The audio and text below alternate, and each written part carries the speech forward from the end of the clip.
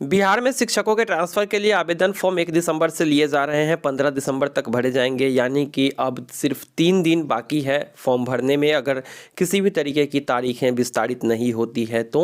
और कल तक प्राप्त जानकारी के अनुसार लगभग 60,000 से ऊपर शिक्षकों ने आवेदन कर दिए थे, जिसमें सबसे ज़्यादा आवेदन दूरी के अनुसार लोगों ने दिया था कि उनका जो है निकटतम स्थान से, जो उनका गृह स्थान है वहाँ से दूरी ज़्यादा है, इसलिए उन्होंने आवेदन किया। वैसे में सबसे बड़ा सवाल उठता है कि जो आवेदन आपने लिखा है, जो अभ्यावेदन आपने दिया है, वो अभ्यावेदन जिले से स्वीकृत या अस्वीकृत की जाएंगी। तो ऐसे में किनका स्वीकृत हो सकता है, किनका अस्वीकृत हो सकता है, आज के इस वीडियो में समझेंगे। लेकिन उससे पहले आपको बता दें कि आवेदन को आप जितनी बार चाहे अपडेट कर सकते हो, उसमें सुधार कर सकते हो। अभ्यावेदन अलग तरीके से लिख के आप अपलोड कर सकते हो। हमने वीडियो डाल दिए हैं कि कैसे अभ्यावेदन को दूसरा अपलोड करना है, कैसे एडिट करना है, वो सब हमने डाल दिया है। एप्लीकेशन कैसे लिखनी है, रिसाइज कैसे करनी है, पूरा प्रोसेस हमने दे दिया है। तो चलिए आज के इस वीडियो में समझते हैं कि किनका अभ्यावेदन रद्द हो सकता है। होगा या नहीं होगा इसका कोई गारंटी नहीं है, लेकिन रद्द होने के चांसेस है, क्योंकि जब जिला से ही अभ्यावेदन स्वीकृत करना है और अस्वीकृत करना है तो जाहिर सी बात है कुछ का उसमें अभ्यावेदन अस्वीकृत भी होगा। तो कैसे लोगों का हो सकता है, समझते हैं आज के इस वीडियो में। तो सबसे पहले बात करते हैं ऐसे अभ्यावेदन की जो कि रिजेक्ट होने के कोई चांसेस नहीं है। तो अगर आपने ट्रांसफ़र अपने असाध्य रोग के आधार पर या गंभीर बीमारी के आधार पर या फिर विधवा या फिर आप दिव्यांगता के आधार पर आपने लिया है ट्रांसफ़र, तो ऐसे आवेदन रद्द होने के कोई चांसेस नहीं है। आपका आवेदन जो है एक्सेप्ट किया ही जाएगा। ठीक है, अब बात आती है कि दूरी के अनुसार जिन्होंने दिया है अपना अभ्यावेदन, उनके अभ्यावेदन को रद्द होने के चांसेस हैं। अब दूरी के अनुसार भी ऐसे लोगों के अभ्यावेदन रद्द होने के चांसेस हैं जिनकी जो गृह स्थान है वहाँ से 20-25 किलोमीटर की वो दूरी पे पोस्टिंग है और वो चाहते हैं कि वो लगभग अपने बगल के पंचायत में यानी कि 2 से 5 किलोमीटर के रेंज में आ जाएं।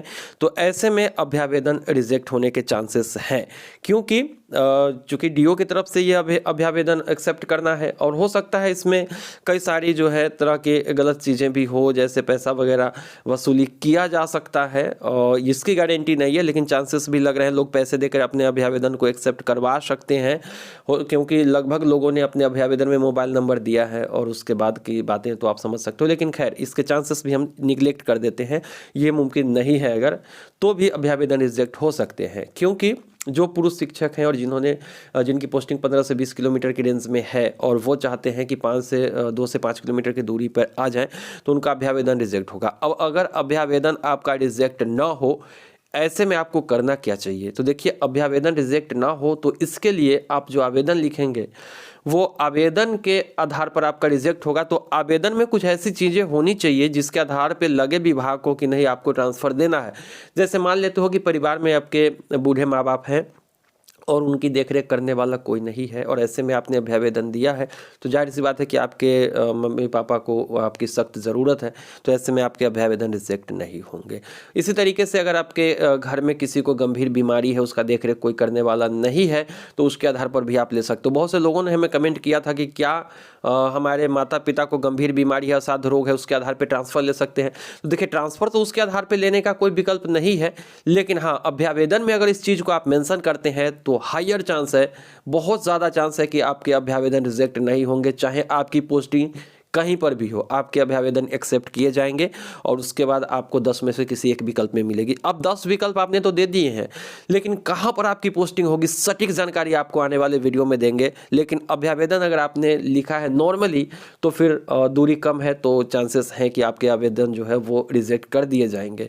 लेकिन अगर किसी भी तरीके की इशू आपके फैमिली के साथ है और आपको विभाग को लगता है ये आवेदन पढ़ने के बाद कि नहीं आपकी ज़रूरत है आपके परिवार को, तो फिर आपके अभ्यावेदन को एक्सेप्ट कर लिया जाएगा।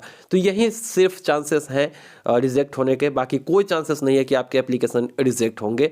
तो उम्मीद है कि आप लोगों ने समझ लिया होगा जो मैं कहना चाहता हूँ। बहुत चीज़ों को हमने यहाँ पर छुपाने की कोशिश की है जो कि यहाँ पर बताना सही नहीं है, बाकी आप लोग समझ सकते हो अपने स्तर से कि अभ्यावेदन आपको किस तरीके से लिखना है। एक और बड़ी बात यह है कि अभ्यावेदन उसी तरीके से चेक किए जाएंगे, जितना ज़्यादा आवेदन आएगा बहुत कम चांसेस है कि सारे के सारे आवेदन पढ़े जाएँ और ऐसे में भी हो सकता है कि आपका अभ्यावेदन एक्सेप्ट कर लिया जाए। तो चांसेस ज़्यादा है अभ्यावेदन एक्सेप्ट होने के। रिजेक्ट होने के कुछ पॉइंट्स हैं जो कि हमने यहाँ पर मेंशन कर दिए हैं। अब आपको आपको समझना है कि आपको करना क्या है। जिनकी दूरी कम है उसको मैंने भी बताया था पिछली वीडियो में कि अगर मान लो कि आपकी पोस्टिंग 15 किलोमीटर, उसको 25 किलोमीटर तक किया जा सकता है, क्योंकि डाइवर्टेड रूट से भी कभी कभी आपको जाना पड़ सकता है। तो इसीलिए जो डाइवर्टेड रूट है उसका भी आप किलोमीटर जोड़ के लिखें, तब जाके कुछ दूरी बढ़ेंगी तो कुछ आसार बढ़ेंगे आपके एप्लीकेशन को एक्सेप्ट होने के। तो उम्मीद है कि ये वीडियो पसंद आई होगी। आने वाले वीडियो को बिल्कुल मत भूलिएगा, क्योंकि वहाँ पर आपको बताएंगे सटीक विश्लेषण। 100% आप लिख के रख लीजिए कि आपको 10 में से कौन से विकल्प मिलने वाले हैं और कौन से विकल्प नहीं मिलेंगे आने वाले वीडियो में। तो मिलते हैं किसी नई वीडियो में, दीजिए इजाज़त। Thank you.